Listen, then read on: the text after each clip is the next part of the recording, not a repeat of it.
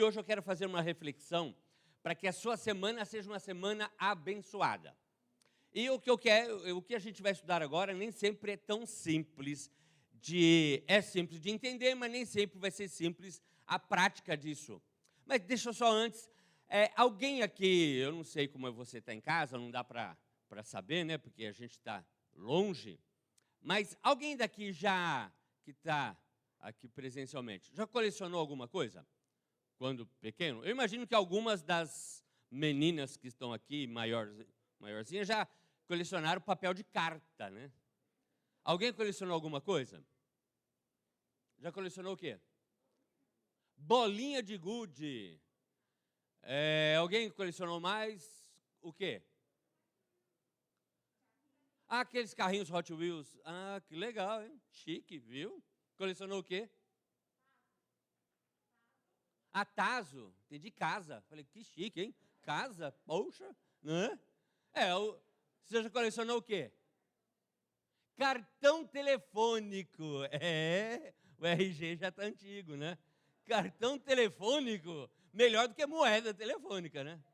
Já é melhorzinho. A gente vai colecionando tanta coisa. Eu lembro quando eu era garoto, eu colecionava tampinhas de garrafa de refrigerante. E colecionei o que a gente chamava lá o maço de cigarro. E na época não tinha o maço, obviamente, aqueles cartonados, era tudo maço mais... papel mais mole lá. Então, colecionava aquilo. O tempo vai passando, a gente vai colecionando. Sabe que, há um tempo desse atrás, eu estava assistindo um programa dessas TV por assinatura, e era sobre pessoas acumuladoras. Alguns já devem ter até assistido esses programas. E naquele dia era de uma casa de uma senhora em que ela era tão acumuladora e eu não conseguiria imaginar alguém assim. Na casa dela só havia o espaço da cama que estava vazio, onde estava a cama dela, que ela dormia.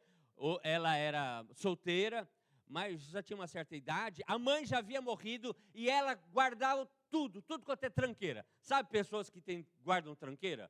E tem gente que adora uma tranqueira, não joga nada com aquela frase, um dia eu vou precisar, e esse dia nunca chega. E cá para nós, todos nós temos alguma tranqueira em casa. Sabe aquele cortador de ovo que você comprou achando que ia usar todo dia e nunca usou? Aquele descaroçador de azeitonas, também não usa. Mas ela tinha tanta tranqueira, para ter uma ideia, ela guardava os pelos do cachorro que havia sido da sua mãe. A mãe já havia morrido, o cachorro já havia morrido, e ela guardava os pelos dos cachorros. Os pratos que fora da mãe já estavam quebrados, ela guardava tanta coisa. Ela tinha tanta tranqueira em casa. A pergunta é assim, qual é a diferença entre um colecionador e um acumulador? Deve ter diferença, né? Qual é a grande diferença, será? Será que uma pessoa que começa a colecionar, ela não pode se tornar um acumulador? O acumulador acumula qualquer tranqueira. Vai guardando dentro de casa, daqui a pouco não tem mais espaço. Bem, eu vou dizer o seguinte, o que eu acho. A diferença entre o colecionador e o acumulador é propósito. Não é? O acumulador é qualquer coisa, ele vai guardando tranqueira, um pedaço de fio, ele vai guardando, uma colher velha, vai guardando, um prato quebrado, dá para usar a metade do prato e vai guardando. O colecionador, não, ele tem propósito, ok? Pensa nisso e vamos para o texto sagrado. Se você trouxe a palavra de Deus, você está em casa aí também, quiser acompanhar, Salmos capítulo 34.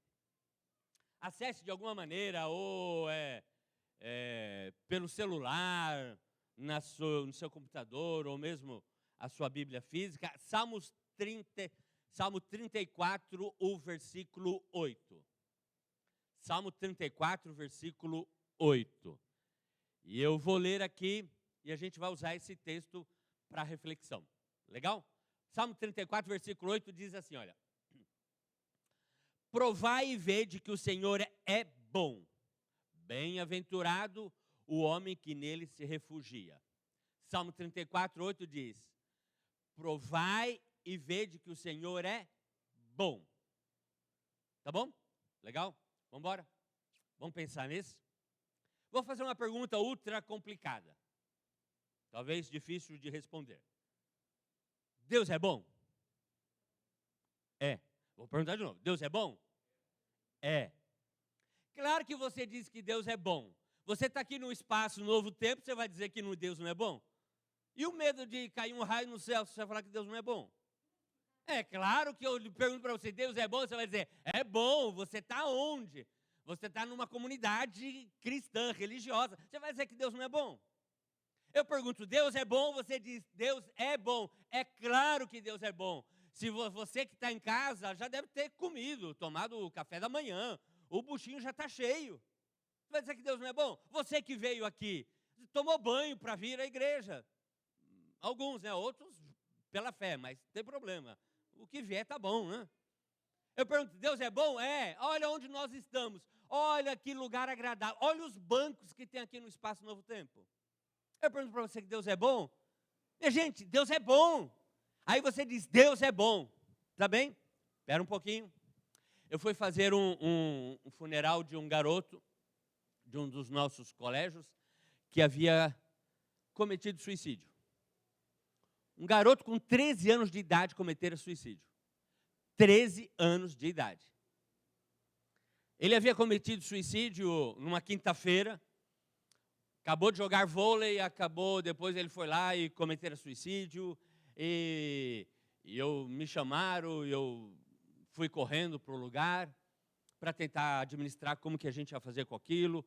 Tiramos os garotos que estavam dentro dos dormitórios, colocamos dentro, pedi para eles irem para uma sala lá, grande, alguém ficar cuidando daqueles garotos, porque eu não queria que quando chegasse o carro do IML fosse levar o garoto, os outros alunos pudessem ver. E como é que você vai administrar aquilo? O garoto, 13 anos, suicídio. Como é que você fala com os pais que um garoto de 13 anos cometera suicídio? 13 anos de idade. Entrei em contato com os pais, e o que eu queria é que quando os pais chegassem, já tivesse tudo preparado, porque não tinha mais jeito, ele já havia morrido, ele fora para o IML. E aí eu fui no IML para fazer a negociação para a liberação do corpo, para a gente deixar tudo preparado, para que quando os pais chegassem, os pais moravam a cerca de 900 quilômetros, quando eles chegassem, estava tudo resolvido, porque não tinha mais jeito. E, obviamente, eu fui no IML, e lá no IML eles não liberaram o corpo para mim, porque eu não era parente deles.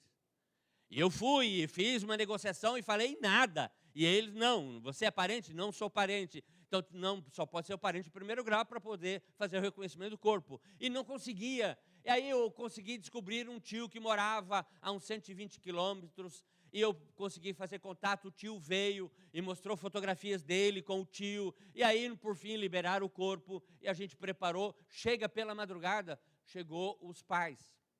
Quando os pais chegaram, o garoto, a gente já tinha colocado o caixão, preparado tudo. Quando os pais chegaram, o pai veio falar com a gente e veio correndo.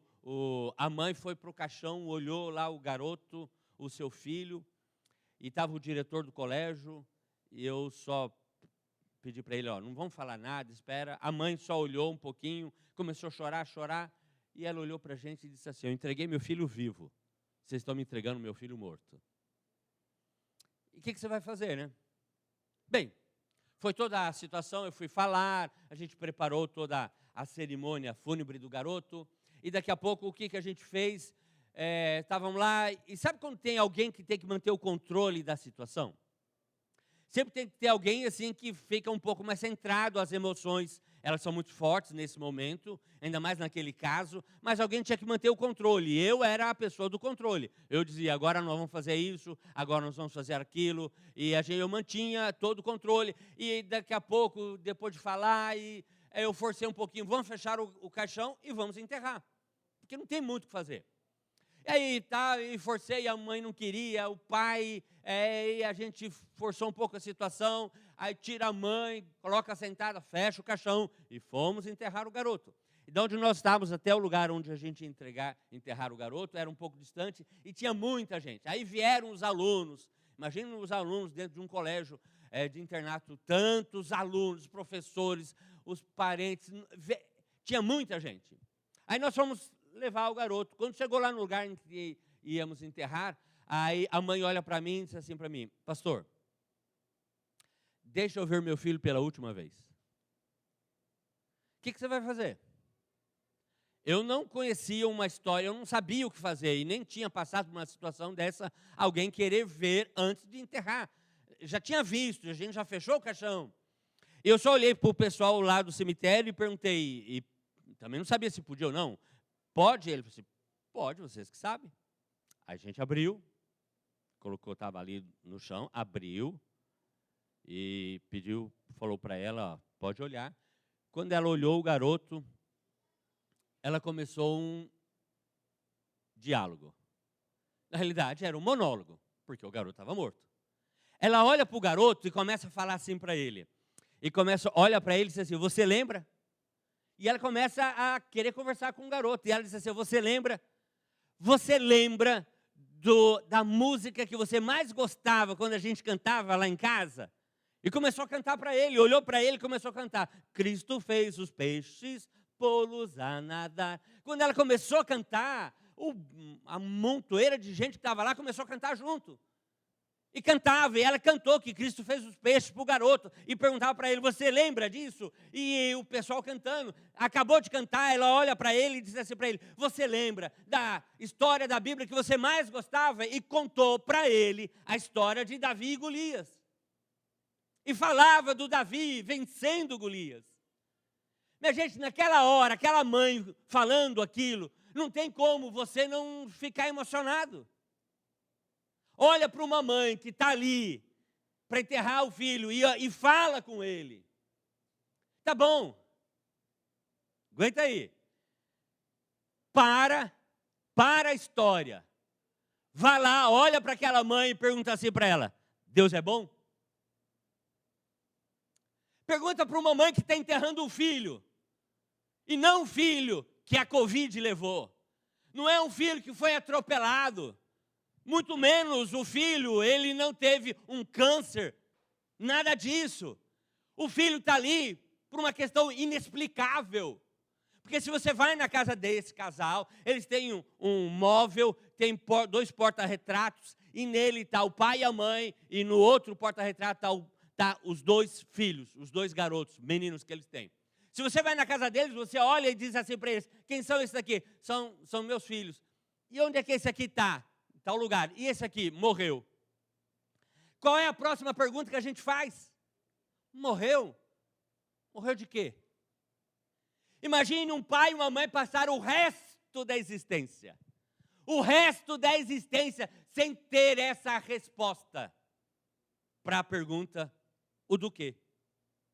E você que é pai e mãe, você sabe que a gente já tem dentro da gente um sentimento de quase de que a gente se dá bola fora. A gente leva um pouquinho de um sentimento de culpa quando o filho não está dando tudo muito certo, o que a gente sonhou para ele. Imagine agora um garoto que havia cometido suicídio. Olha para aquela mãe e pergunta se Deus é bom. Eu olho para vocês aqui, você que está em casa, aí eu olho para você e você em casa sabe muito bem, pergunta: Deus é bom? Claro que Deus é bom. Você está em casa, você comeu, está tudo, tem complicações, tem, mas está bom.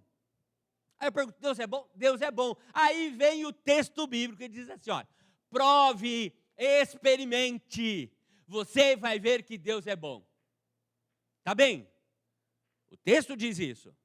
Mas o texto está dizendo: experimenta, coloque dentro de você, e quando você colocar para dentro, você vai ver que Deus é bom.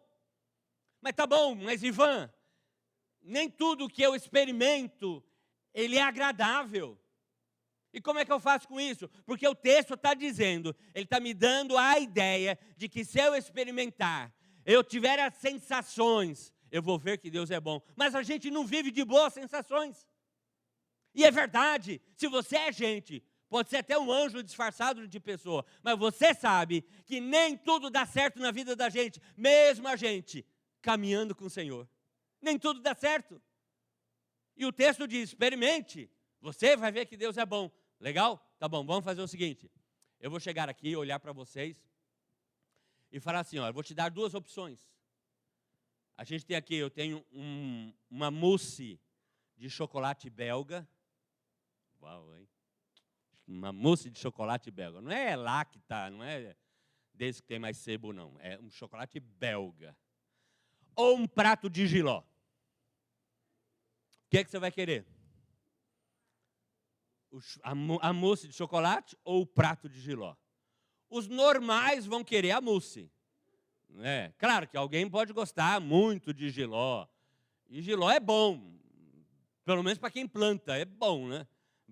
Mas você trocar uma mousse de chocolate por um prato de jiló, eu como jiló, não tenho dificuldade nenhuma, mas eu não troco, obviamente, Ivan, dá para ver pela pança, que eu não troco uma mousse de chocolate por um prato de jiló. Nem tudo na caminhada da gente, nem tudo caminhando com o Senhor vai ser uma mousse de chocolate belga, vai ter o dia do prato de jiló. Isso é verdade, mas Ivan, o que eu faço quando eu tenho que experimentar um prato de jiló andando com o Senhor? Essa é a pergunta para a existência. E o que a gente faz quando aquilo que eu sinto não são boas sensações? Mas o texto diz, coloque para dentro, experimente, você vai ver que Deus é bom. Sabe qual é o problema da gente? Sabe qual é o problema da gente ter uma interpretação da existência? Nós temos duas grandes dificuldades. Nós temos a dificuldade em que nós passamos a ser refém dos sentidos. Aquilo que eu sinto, Deus é bom. Aquilo que eu sinto ruim, Deus não é bom. E a gente vive a perspectiva de sentir, de sentimento. E é assim quase que a existência. E quer ver só? Você vem ao Espaço Novo Tempo. Volta para casa e diz, não valeu nada, porque eu não senti nada. E a gente vive refém do sentido, a gente quer sentir, nem que for um arrepio.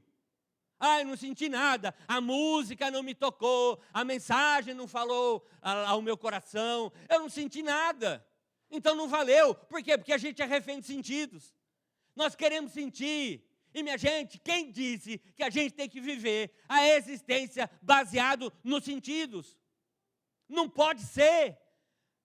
Eu vou no restaurante, lá eu como e não tenho fome. Eu vou lá ao Espaço Novo Tempo. Eu vou lá na comunidade, escuto a mensagem. Mas aquilo não mudou a minha existência, então não tem valor nenhum. Porque a gente é baseado nos sentidos. E a gente não pode viver a existência baseada nos sentidos. Tanto é, que a gente fica assim, a gente usa palavras infantilizadas para com o Senhor. A gente diz que Deus é fofinho, eu vou deitar no colinho de Deus, que Deus é quentinho. Isso é palavra infantilizada, Deus não é fofinho, Deus não é quentinho, Deus é Deus, porque Deus não é ursinho.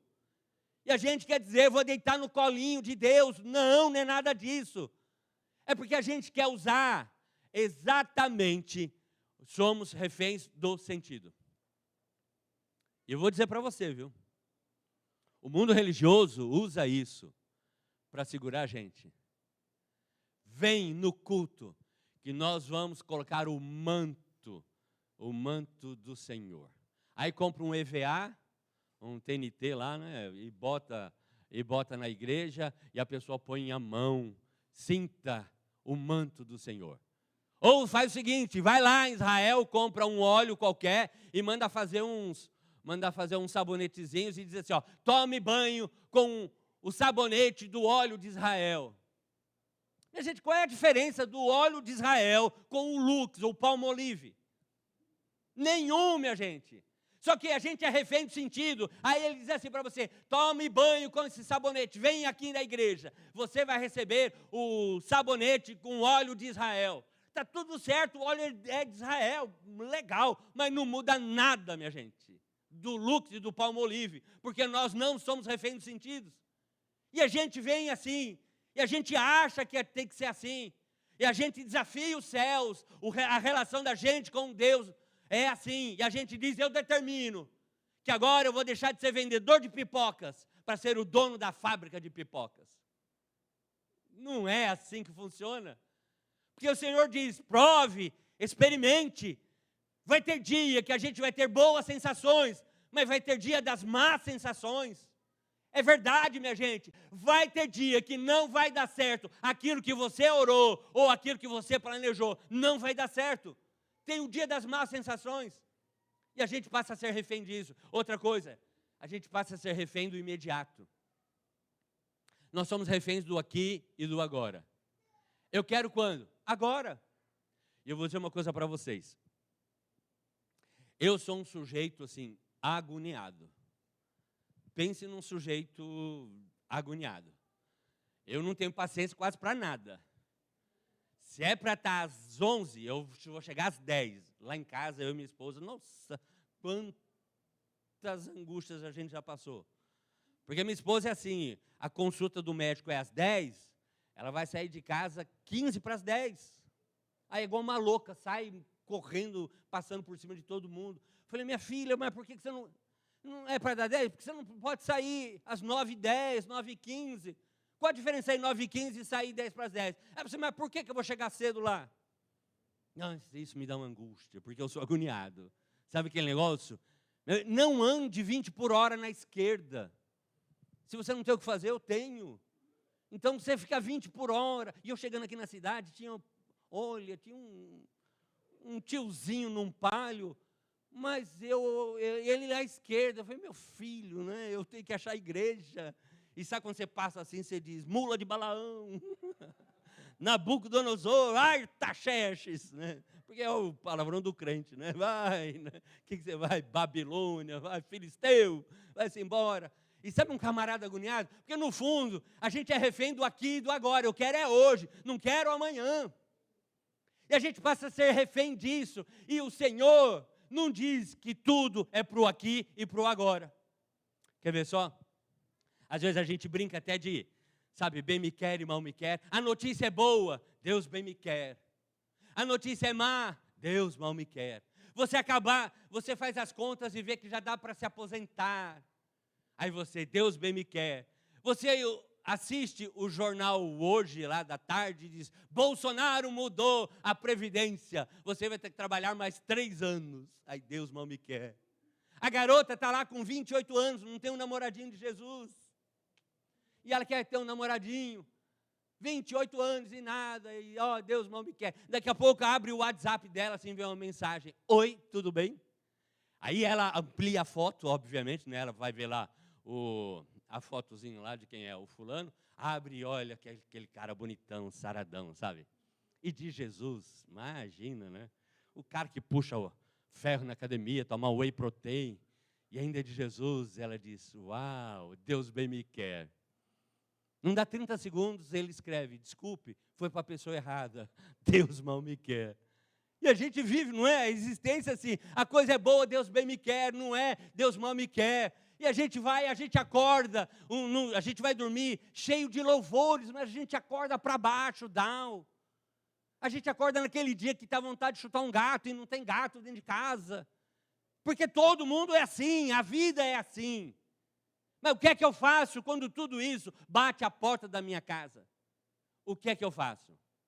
O texto sagrado diz, prove, experimente, você vai ver que Deus é bom. Tá bem? Mas vamos lá? Deixa eu transformar isso em história, para ficar mais legal, para a gente entender. Vamos pegar lá a história do Abraão. Lembra do Abraão, né? Todo mundo lembra da história do Abraão. Deus olhou para ele e disse assim, o Senhor olhou para ele e disse, você vai ser pai de uma grande nação. E nada de vir menino. Ele já estava com 80 e lá vai, e nada de vir menino. E pensa que Abraão não tentava? É óbvio que tentava, porque fé sem obras é morta, né? Não, ele chamava a comadre Sara para namorar, e nada de vir menino. A comadre Sara foi lá e começou a usar Avon, e nada de vir menino. Aí então vamos dar um upgrade, então vamos botar lá, ela começou a usar Jequiti, e nada de vir menino. E não vinha menino.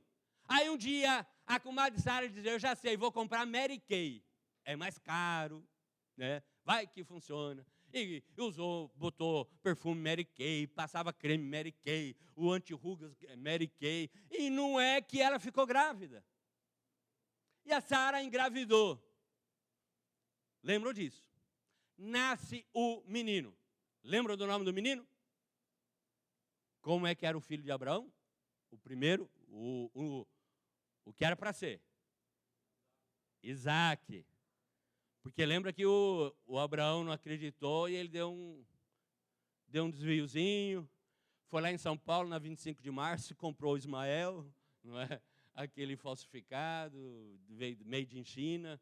Mas não. Aí quando nasceu Isaac. Isaac era o filho da promessa. Eles não estavam bem? Estavam bem, filho da promessa, felizes. Um dia, lembra da história? Um dia, os céus falam com o Abraão. E diz para Abraão, Abraão, sacrifica o teu filho. Minha gente, pensa comigo.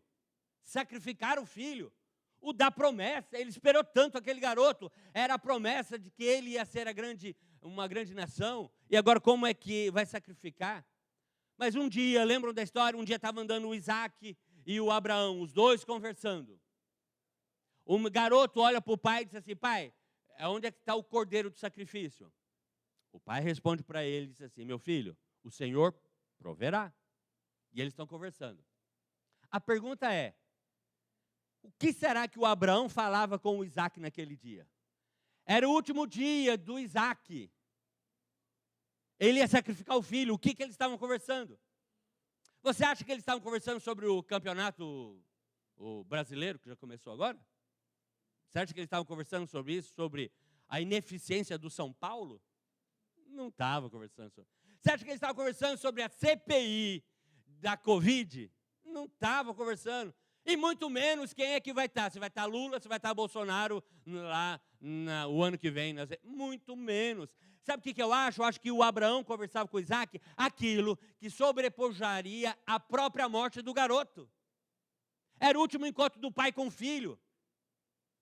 Está lá agora. Olha o momento. Está para ser sacrificado o Isaac. Eu não sei como. Se ele estava deitado, se ele estava sentado, se ele estava amarrado, não sei. Eu só sei que o texto sagrado diz que o pai ia sacrificar o filho. Na realidade, a palavra sacrificar é para dar uma amenizada para a gente. Porque a palavra, o sacrificar, era cortar o pescoço. O pai, o Abraão, ia cortar o pescoço do seu filho, do Isaac. Era isso que ele ia fazer, ele ia cortar o pescoço. Imagine na cena, ele ia cortar o pescoço do garoto. Ele estava lá para separar a cabeça do corpo. Ele ia degolar o seu filho. Não estou parecendo o Datena, né? Bota na tela aí, ó. O menino sendo cortado. Mas deixa dessa maldade. Mas o pai ia cortar o pescoço do garoto. Num dado momento, quando o pai vai cortar, pare o filme, pare a cena, dá um stop. E pare a cena.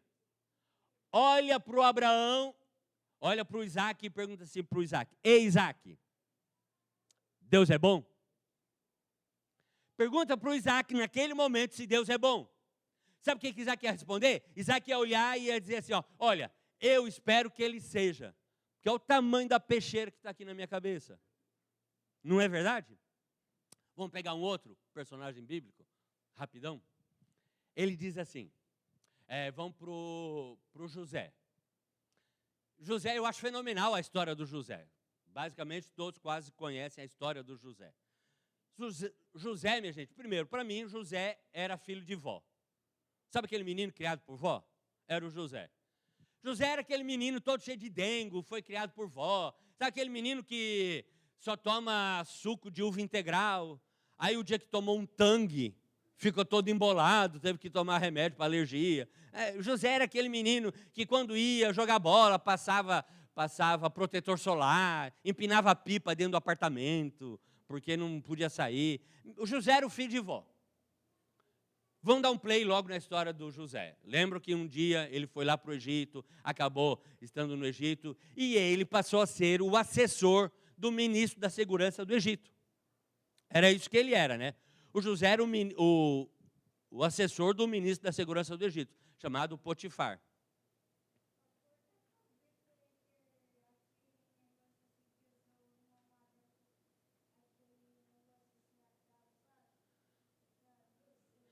Ah, sim. A guilhotina. Isso tá certo. Coitado do Isaac, hein? Obrigado, Atena. Mas veja, aí está lá, o José, ele era o assessor do ministro da Segurança. O Potifar era o ministro da Segurança. Vocês conhecem a história. E o Potifar gostava tanto do José que disse assim para o José: José, é o seguinte, você vai cuidar das tarefas, você é o chefe de gabinete aqui, das tarefas do Ministério da Segurança, e você é tão gente boa que as coisas da minha casa, você também, pessoais, você vai ter que cuidar. Problema do Potifar, casou com uma louca. Lembra da história? A mulher era louca. Mas ela era virada mesmo. Ela não fez reposição hormonal, a mulher tinha um fogo danado, ela era assanhada. A mulher era da pá virada. Não sei como que era o Potifar, mas o José, o Janequine lá do Egito, era o garotão, bonitão. Devia ser meio acabadão o Potifar. A palavra do Senhor diz que ela se encanta com José. Lembra da história? Um dia o José vai resolver um problema lá na casa do Potifar. A louca, a desvairada, pula para cima do José. Eu acho que, na realidade, quando o José chegou, ela começou a cantar uma música. E ela deve ter cantado mais ou menos assim, ó. Ai, se eu te pego, ai, se eu te pego, né? Ela foi para cima do José, assanhada, quis agarrar o José. O que o José fez? Lembra da história? José, minha gente, um cara novão, ele faz o seguinte: você está louca? Ele se desvencilha dela e diz: você é louca. Outra coisa, eu tenho um respeito enorme pelo meu chefe, pelo Potifar. Eu nunca faria nada na casa dele e nem com a esposa dele. Você é louca. E outra, e olha, ô louca, doida. Sabe de uma coisa? Eu tenho princípios. Eu tenho princípios. Não vou fazer nada que isso possa agredir aquilo que eu acredito com o meu Deus. E o José sai. Parece novela mexicana, mas não é não. É texto sagrado. Quem entra na história? O Potifar. Potifar fica sabendo. Ela está com taquicardia, sudorese, começa a suar muito. E aí ela conta a história para o Potifar. Olha, o José veio aqui e quis me agarrar. Que José? O José que trabalha com você. Ah, não pode ser o José. Não, foi, quis me agarrar. Você está louca? Não, verdade. E mostra a capa, não é? Lembra da história? Mostra a capa do José. Queria mostrar as calças do José, mas mostra a capa. Está vendo? Ele quis me agarrar e saiu, fugiu. O que o Potifar faz? Ele, ensandecido, manda prender José. Ele nem escuta José, ele manda prender. José está preso. Legal? Tem aí a história? Vamos lá? Vá à cadeia. Vá lá à cadeia. Bata nas grades. E diga assim: ei, você. Não, é o José. Não, não é você, é o José. O José, vem cá. Vem aqui, só vou te fazer uma pergunta. Vem cá, José, vem rapidão, vem cá, é só uma pergunta. Aí o José chega nas grades. Você olha para o José e diz assim para o José: José, só me responda, Deus é bom? Pergunta para o José que está preso se Deus é bom. Pergunta para o José que foi injustiçado se Deus é bom. Vamos para mais uma? E aí, para a gente ir terminando? Lembra do Jonas? A história do Jonas todo mundo conhece. Basicamente, lembra da história do Jonas. Jonas, quem que era Jonas? Jonas era um cara simples. E ele vivia uma vidinha simples. E ele simplesmente vivia. O Senhor chega para ele e diz assim: Jonas, faz o seguinte, eu vou te dar 40 dias para ir lá em Nínive, falar para todo mundo. Se você não falar, eu vou destruir os ninivitas.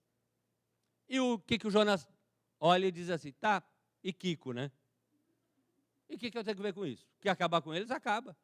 Não, mas você tem que ir lá. Não vou, não. Vai, não vou. Vai, não vou. E ele deve ter falado com o Senhor: Deus, sabe quem são os ninivitas? Aqueles camaradas lá, eles são ruins, é gente ruim. Quando eles não gostam de alguém, eles arrancam o couro da pessoa viva. Senhor, eu gosto do meu corinho, faz tanto tempo que eu estou com ele e a gente se dá bem, não quero que arranque não. Mas vai lá, não vou, vai, não vou. E lembro da história. Jonas dá um piti, quer saber? Não vou. Pronto.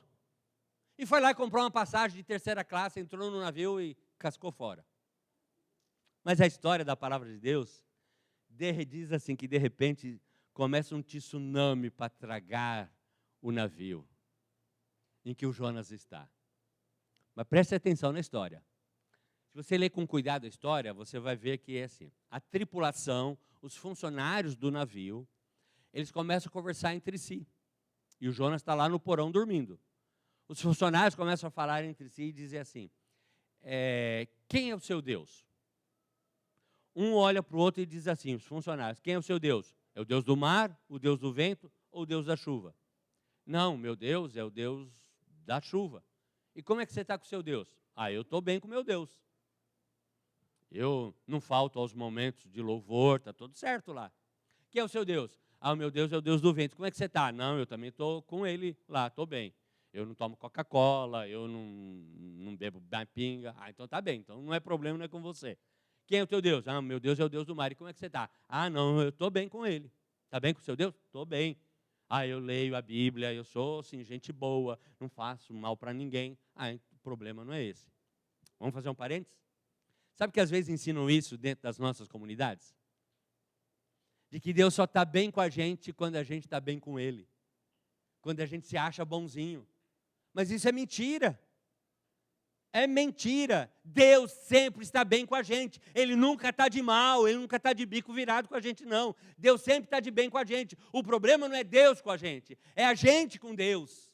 Esse é o problema. E às vezes a gente ensina isso. A gente ensina de um Deus que só está bem quando você é bonzinho. E eu vou dizer, viu? E às vezes a gente ensina isso aqui, ó. E a gente ensina isso para as nossas crianças. Aguenta aí? Eu não vou ver vocês tão cedo também, vou falar, né? Paciência, né? E a gente ensina isso, quer ver só?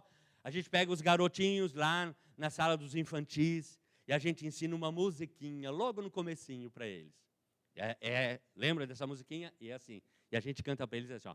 Cuidado, boquinha, com que fala. Cuidado, boquinha, com que fala. Pois o papai do céu tá olhando para você. Cuidado, boquinha, com que fala. Cuidado, pezinho, onde andas. Cuidado, pezinho, onde andas. Pois o papai do céu tá olhando para... E a gente, cá para nós. Quem vai gostar de um Deus desse? Big Brother. Quem vai gostar de um Deus que, olha, Ele está olhando para você? Aí a gente ensina isso aqui no sábado, quando está todo mundo reunido, as crianças aprendem. Aí na segunda-feira ele volta às aulas, ele está lá. Aí o amiguinho dele, da carteira do lado, tem aquelas borrachas iluminadas, fluorescentes, cheirosa. O garoto vai no banheiro, aí a borracha olha para o crentezinho e diz, me pega, me pega. E aí o crentezinho vai lá, quando põe a mão na borracha, ele lembra, cuidado, mãozinha com que pegas. Aí ele tira. Minha gente, você acha que isso é verdade? Não é verdade, não. Não é assim, olha, Deus está olhando. Não, Deus está olhando para a gente, mas Ele não está olhando para botar a gente no paredão, não é nada disso. Isso a gente ensina. Quando eu era garoto, na minha casa, a mamãe tinha um quadro de Jesus em baixo relevo. Eu lembro que era de baixo relevo. E era aquele Jesus, bem um Jesus nórdico, sabe, europeu. Jesus louro, cabelo cacheado, louro. Passou blush, tinha as bochechas vermelhas, assim, olhos azuis. Sabe, um Jesus bem nórdico, bem europeu. Era aquele que a gente tinha. Mas como ele era em baixo relevo, quando a gente ia para um canto, Jesus estava olhando para a gente. A gente ia para um outro canto, Jesus estava olhando. E mamãe falava para mim, para o meu irmão, assim, olha, eu vou sair, vou voltar, em tal hora eu vou voltar. Não quero que jogue bola na sala. A gente era ficcionado por jogar bola. Nossa, a gente acordava chutando bola, dormia chutando bola. E mamãe saía e dizia, não jogue bola na sala, hein? Não quero que jogue bola na sala. Se quiser jogar bola, vai lá fora jogar. E às vezes a gente não queria jogar lá fora, a gente queria jogar dentro da sala. O que a gente fazia? Virava a cadeira, fazia um golzinho das pernas da cadeira, um golzinho de um lado, o outro golzinho de outro lado. E aí quando eu saía para ir fazer gol no lado do meu irmão, eu olhava, Jesus estava me encarando. Aí eu corria para o outro lado, quando eu ia fazer gol, eu ia defender o meu lado, lá que o meu irmão ia fazer o gol, eu olhava e Jesus estava me encarando. A gente corria para um lado, para o outro, Jesus sempre encarando. Quando mamãe estava para chegar, a gente colocava tudo arrumadinho na sala, deixava tudo certinho, dava uma limpada no chão e está tudo certo. Mamãe, quando chegava em casa, a primeira coisa que ela olhava a sala e ela já começava. E minha mãe, não sei a de vocês, mas minha mãe falava, Jesus amado, mas minha mãe falava muito, sabe o que é muito? Pense no muito e coloque mais muito aí. Porque a mamãe falava, quando chegava em casa, ela olhava a sala e falava assim, eu já falei para vocês, por que eu falei para não jogar bola na sala, por que vocês jogam bola na sala? Você pensa que eu sou escrava, que eu que tenho que ficar cuidando do assoalho, eu que tenho que ficar limpando, e eu já falei que vocês não me ajudam nada, vocês só prestam... Nossa, minha mãe... E começava, eu preferia apanhar, porque ela falava demais. Quando deixava o tênis fora do lugar, e ela ficava assim, não deixa o tênis fora do lugar, não tem o lugar da sapateira, por que deixa o tênis fora do lugar, por que depois eu tenho que pegar, porque amanhã de manhã, quando voltar do colégio, não pega o tênis, porque... Mas eu fico perguntando assim, como que a minha mãe sabia que a gente tinha jogado bola? Foi ele que entregou. Era o Jesus que era dedo duro, para mim, porque Jesus ficava me encarando, de um lado para o outro. E às vezes a gente ensina isso, de um Jesus que entrega a gente. Por isso que dependendo de onde eu ando, olha, cuidado, porque de onde você vai. Não é nada disso. Bem, vamos voltar à história do Jonas, senão vai tomar tempão. Mas volta ao... Toda a tripulação estava bem com os deuses deles. Um dia, algum momento, um deles disse, mas tem um camarada que está lá embaixo, dormindo. Vamos lá perguntar como é que ele está. Lembra da história? Eles descem no porão. Vai lá o Jonas dormindo, acordam o Jonas. O Jonas ainda sonolento, eles acordam e fazem uma pergunta. Quem é o teu Deus? É o Deus do mar, do vento ou o Deus da chuva? Eles olham para o Jonas e fazem essa pergunta. Jonas sonolento olha para eles e diz assim, o meu Deus foi o que fez tudo isso aí. Eita, se o Deus dele fez tudo isso aí, agora que nós estamos no sal. Aí fizeram a pergunta, e como é que você está com o teu Deus? Aí o Jonas disse, eu estou mal com ele. Olha, ele falou para eu ir em Nínive, eu fugir. Se vocês querem que isso se acalme a tempestade, que vocês se salvem, faz o seguinte, me joga fora do navio. E o que eles fizeram? É esse o problema? Tchau. Ou você acha que eles cantaram música de formatura, amigos para sempre? Mas nunca. O problema é você? Então tchau, e jogou o Jonas. E vai, olha, e manda um WhatsApp. E mandou embora. Lembra da história bíblica? O que aconteceu? Um enorme de um peixe engole o Jonas. Esse é o ponto. O que é que tinha lá no buchinho do peixe, aonde estava o Jonas? Sem ser o Jonas. O que é que tinha lá? Mas sabe o que é que tinha? Pedaços de outros peixes. Aquele enorme peixe, quando ele abocanhava, ele rasgava outros peixes. E aquilo ia tudo para o estômago dele, lá para o buchinho dele. Dentro do bucho do peixe, além do Jonas, tinha tripas de outros peixes, sangue, água, o ácido produzido pelo estômago do peixe. E cada vez que o peixe saía da superfície, ele descia, por uma questão física, o Jonas ia para a parte de cima do buchinho do peixe. E cada vez que ele ia para a superfície, saía de baixo e ia para a superfície, o Jonas ia para a parte de baixo do buchinho do peixe. E o Jonas se embolava. E daqui a pouco o que acontecia? O Jonas tomava aquela água, quando ele ia respirar, ele engolia aquela água que tinha sangue, que tinha o ácido, que tinha algas. E quando ele engolia aquela água, quando batia no estômago do próprio Jonas, aquela água voltava. E daqui a pouco o Jonas engoliu o que ele acabou de botar para fora. E não é verdade. Ou você acha que ele estava sentado lá numa poltrona assistindo a Novo Tempo? Mas não mesmo. Faz o seguinte, faça uma endoscopia. Bota uma cânula e na ponta um microfone, empurra até o buchinho lá do peixe. E aí você grita lá, ei, ô Jonas, só uma pergunta, Jonas, está me escutando? Tô. Ei, Jonas, Deus é bom? Pergunta para o Jonas que está no bucho do peixe, se Deus é bom. Não Jonas fora, mas lá no bucho do peixe, se Deus é bom.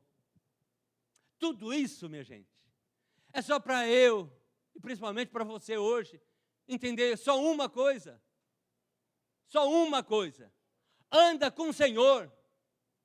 Ah, mas Ivan, eu estou tendo más sensações, eu estou vivendo momentos difíceis lá em casa, perdi o trabalho por causa da pandemia, eu perdi saúde, perdi esposo, perdi parentes. Anda com o Senhor, porque o texto sagrado diz assim, olha, o justo vive pela fé e não por aquilo que sente. Não ande a sua caminhada com o Senhor baseado em bons sentimentos, porque vai ter dia das respostas complicadas para a vida. Talvez a gente tenha várias respostas, porque nós somos do Senhor. Mas tem um dia que a gente acorda e a vida muda a pergunta e a gente não tem resposta. Por isso, anda com Ele. O meu desafio para você é hoje, se você não entende o que está acontecendo, anda com o Senhor, porque o justo vive pela fé e não pelo que sente. E mais do que isso, espera. Como é que terminou a história do Abraão? Abraão teve menino? E como teve menino? Se todos os meninos desses fossem se chamar Raimundo, ia ser Mundinho 1, ou Mundinho 598, fala para o 725 vir aqui. Não foi assim? José ficou preso? Não. Olha a história do José. E o Jonas? Daqui a pouco o grande peixe empurrou o Jonas e vomita o Jonas na praia. Por quê? Porque um dia, minha gente, mesmo a gente vivendo as más sensações, um dia a história vai terminar e a gente vai para o novo céu, para a nova terra. Sabe qual é o meu desafio para você essa semana? Não desanime da caminhada. Em Jesus, não desanima da caminhada. Não desanime, está mal, anda com o Senhor. Quer chorar? Chora. Mas chore e anda com o Senhor, não desista. Não é porque alguém olhou para você aqui e não lhe cumprimentou, não desista. Não é porque alguém chegou aqui e falou para você, olha, você está com essa roupa, vem do jeito, anda com o Senhor. Não desista da caminhada. E eu termino. Eu tenho 3 filhos, um filho, uma filha e uma falha. A raspa do tacho. A nossa raspa do tacho, a nossa pequena, quando ela estava para ir para a escola, ela ia para a pré-escola, e ela muito ansiosazinha, o que ela fez, ela foi e queria ir com o uniforme da escola. Falei, minha filha, você não sabe nem como é que vai ser as aulas? Espera aí, não, mas eu quero, minha filha, a gente nem sabe. Aí foi o primeiro dia da aula, fui buscá-la. Quando eu fui buscá-la, ela olhou para mim, e eu perguntei, assim, como todo pai babão, e aí, minha filha, como é que foi? Gostou? Gostei. Gostou dos amiguinhos? Gostei. E da professora? Gostei. Gostou da escola? Gostei. Aí está tudo certo. E o lanchinho? Sabe tudo? E pai babão fala no diminutivo, né? Lanchinho, escolinha, professorinha, amiguinho, blá, blá, blá. Está tudo bem, né? Está certo, voltamos para casa. No outro dia eu fui levar ela para a escola, desceu o primeiro, desceu a segunda. Quando ela foi descer, começou a chorar. Eu não quero ir para a aula. Mas minha filha, por que você não quer ir para a aula? Eu não quero ir para a escola, eu não quero ir para a escola. Mas minha filha, por que você não quer ir para a escola? Você falou que gostou ontem, mas eu não quero ir. Chorou. Mas entrou numa pane, desceu o primeiro, o segundo foi para a aula, eu voltei com ela para casa, e tá bom. Terceiro dia, desce o primeiro, desce o segundo. Quando ela foi de novo, deu uma pane, começou a chorar que não quer ir. Volta com ela para a escola, para casa. À noite do terceiro dia, eu só não cantei hino e tirei oferta. Porque eu fiz um sermão, ó, você vai para a escola e acabou. Expliquei por que ela tinha que ir para a escola. E acertamos. Amanhã você vai para a escola. Tudo bem? Bem. Quarto dia. Desce o primeiro, desce a segunda. Quando ela foi descer, começou a chorar e entrou em pânico de novo. Falei, minha filha, nós já conversamos, você vai para a aula. Não, eu não quero ir. Você vai para a aula. Até aquele dia, ela é muito introvertida, o mundo dela era o pai, a mãe e os irmãos. E ela não conhecia ninguém, e ela introvertida, ela falou assim, como é que eu vou lidar lá na escola, na sala de aula? E sabe qual era o grande medo? Era o pai não ir buscá-la, ou a mãe ir buscá-la. Desceu o primeiro, desceu o segundo, ela entrou em pânico, eu disse, minha filha, você vai para a aula. Não vou, não quero ir, vá. Não, aí eu não quero nem saber, você vai para a aula. E pode descer do carro que você vai para... Ih, botei a mão na bundinha dela, empurrei. Ó, então fica aí na porta que eu vim te buscar. Quando é meio-dia e pouco, eu estou indo vindo te buscar. E botei para fora a menina. Ó, Mas uma monitora da escola viu, né? Falei, esse louco aí está empurrando essa menina, eu chorando lá. E aí ela veio, pegou na mãozinha e levou lá para dentro da escola. Deu meio-dia e pouco, eu fui buscá-la. Quando o sinal tocou, ela me viu, ela saiu correndo e veio pertinho de mim. Eu dei um beijinho na cabeça dela, olhei para ela e falei assim para ela, tudo bem? Ela, tudo bem. Como é que foi a aula? Não, foi bem. E os amiguinhos? Foi bem. E o lanchinho? Está tudo bem. Falei para ela, está tudo bem? Ela, tudo bem. Falei para ela, olhei para a carinha dela e só disse assim, então vamos para casa. A aula acabou. Quando eu falei a palavra, a melhor palavra do mundo é casa. Casa é o melhor lugar do mundo, meu gente. Melhor lugar do mundo não é aqui, não. Aqui é legal. Mas aqui a gente tem um papelzinho. A gente não é a gente, né? A gente até se transforma, né? Fica meio transformado para entrar aqui dentro. Só falta asas e auréolas. Mas quer ver quem a gente é? É lá na casa da gente. É na casa da gente que a gente é a gente. É na casa da gente que a gente não tem nada e ninguém que impeça a gente da gente ser a gente. É na casa da gente que qualquer coisinha pula para fora um Ivan que vocês não sabem que existe. É que lá na casa. Mas é na casa da gente que é o melhor lugarzinho do mundo. É na casa da gente que a gente pode ser a gente. Olha, se tem um lugar... eu viajo muito, e durante muito tempo viajei muito, e vivia muito fora. E trabalhei em Brasília, e trabalhava para a educação adventista na América do Sul. Viajava muito, muito. Dormi em bons hotéis, em hotéis mais fraquinhos. Mas imagina, quando você dorme no hotel, pensa o seguinte, você dorme, tem lá a fronha, não é? Está tudo certinho, mas e o travesseiro? Se alguém que dorme como eu, na noite anterior, que baba. Eu babo quando durmo. Sabe o que acontece? Os camaradas, eles trocam lá a fronha, mas o travesseiro está babado, porque vaza e baba. Eu gosto de dormir no meu travesseiro da minha casa, porque é a minha baba, é o meu travesseirinho com a minha babinha. E às vezes eu olhei lá a última vez, tinha uma babinha, parecia o mapa do Brasil. É legal, né? Bonitinho. Tá? E minha esposa, de vez em quando, bota o travesseiro no sol, para os ácaros sair correndo, né? Porque vai estar lá. Nada como dormir na minha cama. A minha cama tem um buraquinho assim, mas é do meu corpinho. É na minha cama. Nada como a minha casa, o melhor lugar do mundo é a casa da gente. Na minha casa, e é verdade, eu abro a geladeira, eu pego uma garrafa que tem lá com água, abro a garrafa, pego um copo. Você acha que eu vou pegar copo, botar no copo, lavar o copo, secar o copo, guardar o copo? Mas nunca. Eu pego a garrafa que tem lá e abro, boto na boca, fecho e boto lá o que sobrou. Mas é uma garrafa que só tem, que é só minha, né? Viu? Se eu for na minha casa, não tem problema, não. Tem a garrafa dos normais lá, que eu não sei qual é, então ora e beba água, vai na fé. Mas é só na minha casa que eu abro a geladeira e pego uma garrafa e boto na boca. É na minha casa, porque a casa é o melhor lugar do mundo. Um dia, acredite, um dia, a história vai terminar. Quando o filme acabar dessa existência, quando estiver subindo aquelas letrinhas, os caracteres do filme, quando estiver acabando, a gente vai olhar para trás e a gente vai dizer, Deus é bom. Mesmo que a gente tenha sido ceifado por um câncer, mesmo que a gente passou umas angústias da existência, a gente vai olhar para trás e a gente vai dizer, Deus é bom. E logo, logo, o sinal vai tocar. Jesus vai olhar para a carinha da gente e vai dizer assim, ó, acabou. Vão para casa. Não vai ser bom?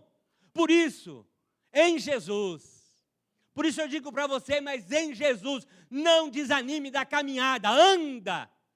Está comendo prato de jiló? Anda. Logo, logo vai vir a mousse de chocolate belga.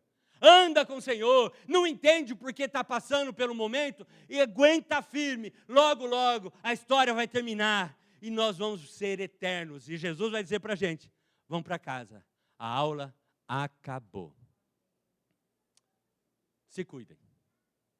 não desanime da fé. Está mal? Aguenta. Daqui a pouquinho, nós vamos ser eternos. Fecha os olhos. Vão cantar. Então tá certo.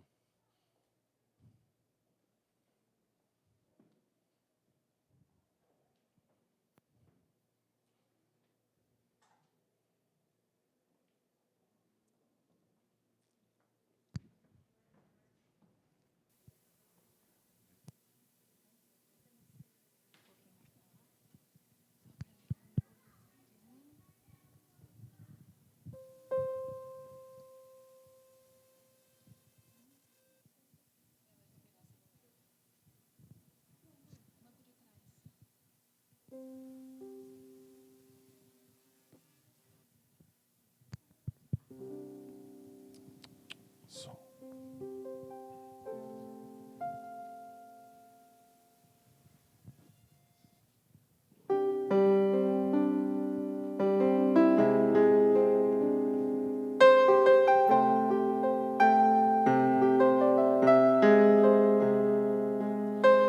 Aonde quer que seja que escondes teu tesouro, ali também está teu coração.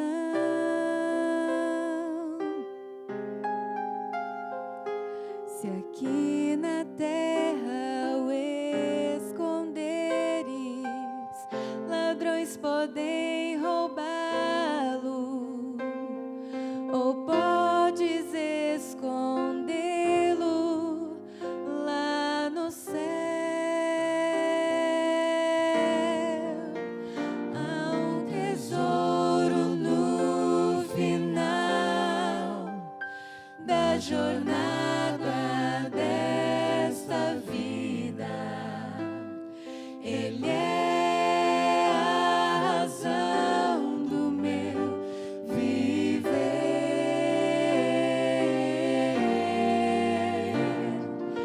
Cristo é o tesouro, Ele é a razão pela qual eu vivo. Será o meu tesouro até eu morrer.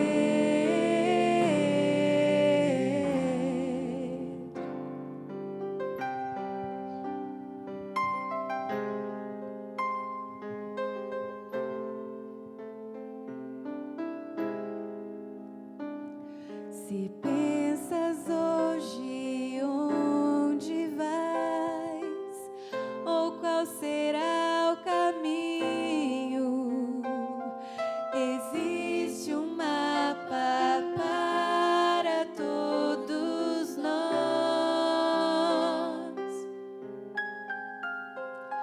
Se nós o lermos e o seguirmos, aonde ele indica, não nos perderemos, só temos que escolher. Há um tesouro no final da jornada dessa vida. Ele é a razão do meu viver.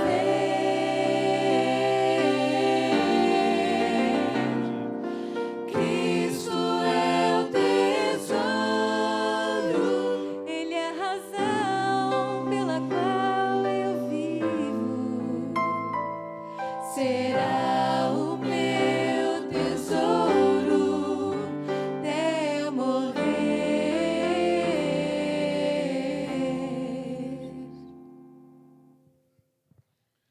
Há um tesouro no final da jornada dessa vida.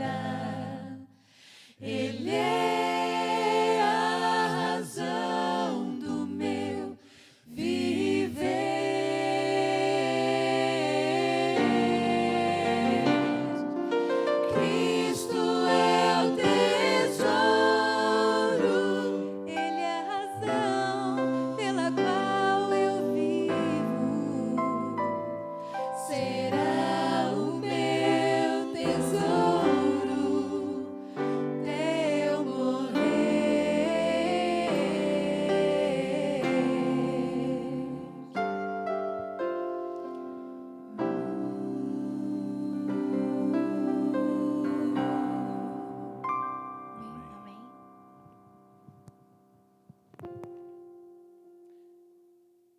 caminhar.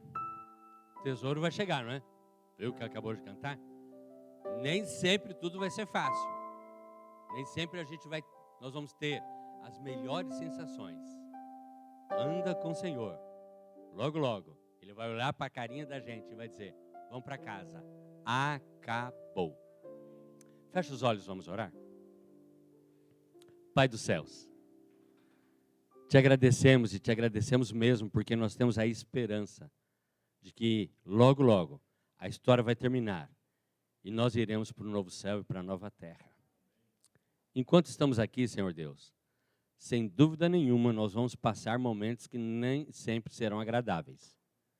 Mas nos dê a certeza e a convicção de que o Senhor sempre vai estar com a gente.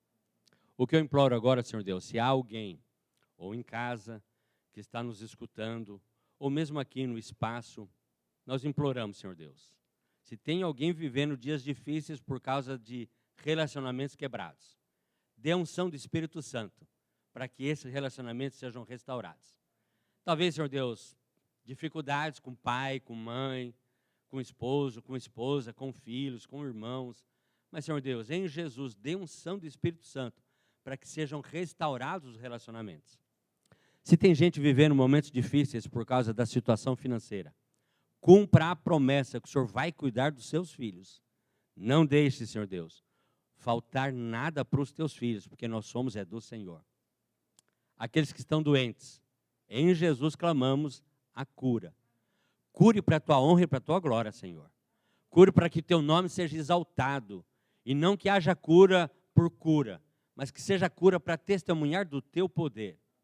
Mas, Senhor Deus, o que eu imploro agora, cure a falta de fé da gente. Deixa a gente acreditar de que logo, logo, Jesus vai olhar para a gente, vai olhar para a carinha da gente e vai dizer: vamos para casa. Acabou. Enquanto esse dia não chegar, Senhor, nós vamos continuar sendo do Senhor. Não vamos desistir, porque o justo vive pela fé, em nome de Jesus. Amém.